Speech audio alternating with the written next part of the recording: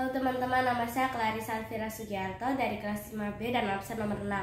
Hari ini saya akan menjelaskan tentang ekosistem. Sebelum masuk ke ekosistem, kita perlu mengetahui tentang lingkungan. Lingkungan adalah segala sesuatu yang berada di sekitar makhluk hidup.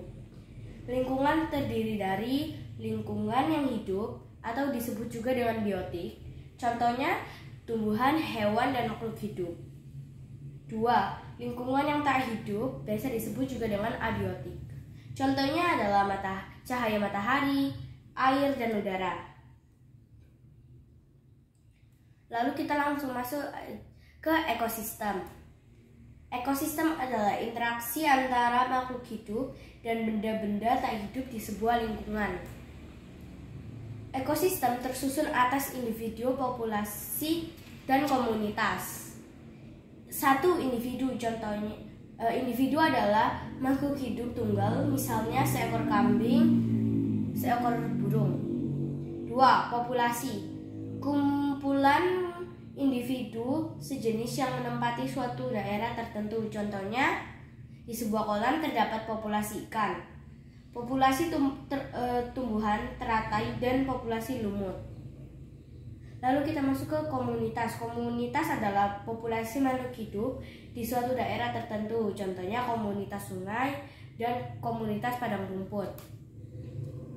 Ekosistem terbagi menjadi 2, yaitu ekosistem alami dan ekosistem buatan. Ekosistem alami. Ekosistem alami terdiri dari ekosistem air dan darat. Ekosistem air terdiri atas ekosistem air tawar, contohnya ekosistem danau, ekosistem kolam. Ekosistem air asin, contohnya ekosistem terumbu karang dan ekosistem laut dalam. Ekosistem darat terdiri atas ekosistem sabana, adalah memiliki curah hujan rendah seperti hutan hujan tropis. Ini contoh hewan sabana. Ekosistem padang rumput adalah memiliki curah hujan yang lebih rendah daripada sabana. Ini contoh ekosistem padang rumput.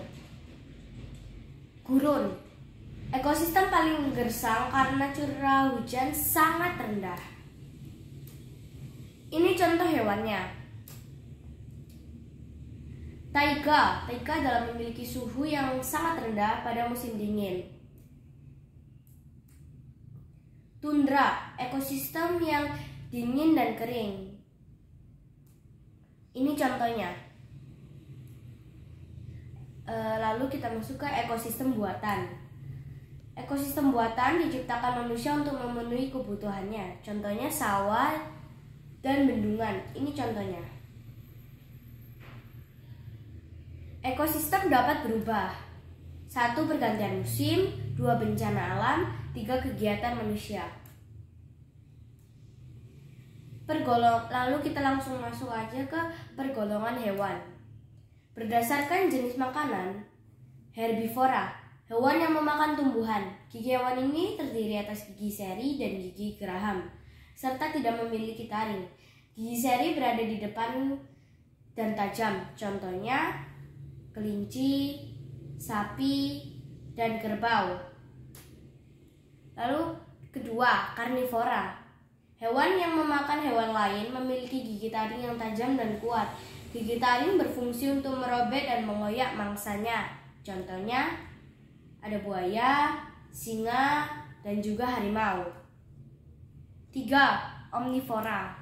Kelompok hewan yang makanannya berasal dari tumbuhan maupun hewan, contohnya orangutan, gorila, dan monyet. Rantai makanan. Rantai makanan, perjalanan memakan dan dimakan dengan urutan tertentu antar makhluk hidup. Ini contohnya. Rumput dimakan oleh belalang, lalu belalang dimakan oleh katak, katak dimakan oleh ular, ular dimakan oleh burung elang. Lalu burung elang mati dan terurai dengan jamur. Simbiosis. Terdapat 3 jenis simbiosis, yaitu simbiosis mutualisme, hubungan antar dua makhluk hidup yang saling menguntungkan, contohnya hubungan jalak dan kerbau, lebah dan bunga. Ini gambarnya. 2. Simbiosis komensalisme, hubungan antar dua makhluk hidup di mana yang satu dapat keuntungan, yang satu tidak dirugikan. Contohnya hubungan antara tumbuhan anggrek dan pohon yang ditumpangi, hubungan ikan hiu dan ikan remora. Ini contoh bunga anggrek dan ikan hiu dan ikan remora. 3. Simbiosis parasitisme, hubungan antar dua makhluk hidup di mana makhluk hidup yang satu mendapat keuntungan sedangkan yang lain mendapat kerugian. Contohnya hubungan ulat dan daun, kutu di kepala manusia, tali putri dan tumbuhan inang. Ini contoh tali putri dan tumbuhan inang, kutu di kepala manusia, dan juga ulat yang memakan daun.